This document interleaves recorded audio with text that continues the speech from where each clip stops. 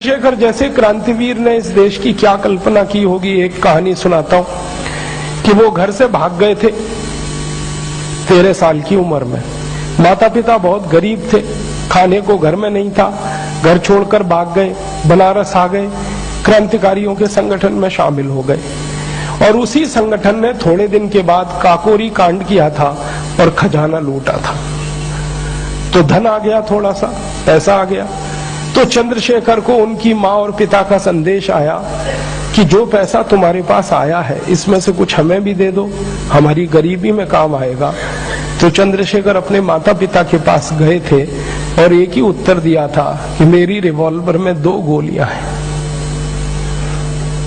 पैसे तो दे नहीं सकता, ये दोनों गोलियां दे सकता हूं।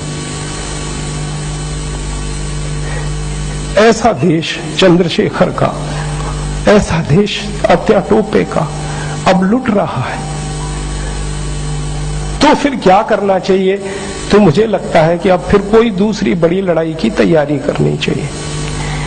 एक लड़ाई उन्होंने लड़ी, हत्या टोपे ने, झांसी की रानी ने, चंद्रशेखर ने, अब दूसरी लड़ाई हमें लड़नी पड़ेगी।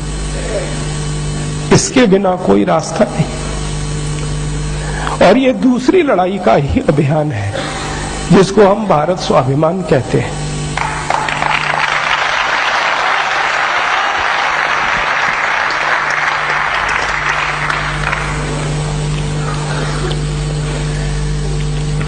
इस भारत स्वाभिमान के अभियान का एकमात्र लक्ष्य है, एकमात्र उद्देश्य है शहीदों के सपनों का भारत बनाना, शोषण मुक्त भारत बनाना, लूट मुक्त भारत बनाना, भ्रष्टाचार मुक्त भारत बनाना, ऐसा भारत बनाना जो फिर से समृद्धशाली बने, फिर से संपत्तिशाली बने।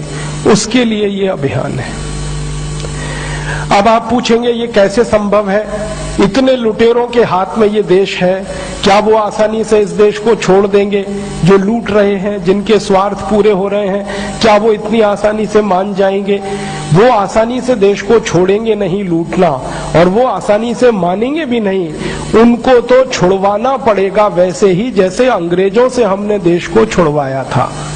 कोई लुटेरा अपनी इच्छा से देश को नहीं छोड़ेगा लूटना, कोई लुटेरा अपनी इच्छा से बंद नहीं करेगा देश को लूटना। उनको तो मजबूर करना पड़ेगा कि वो इस लूट को छोड़ें और इस देश को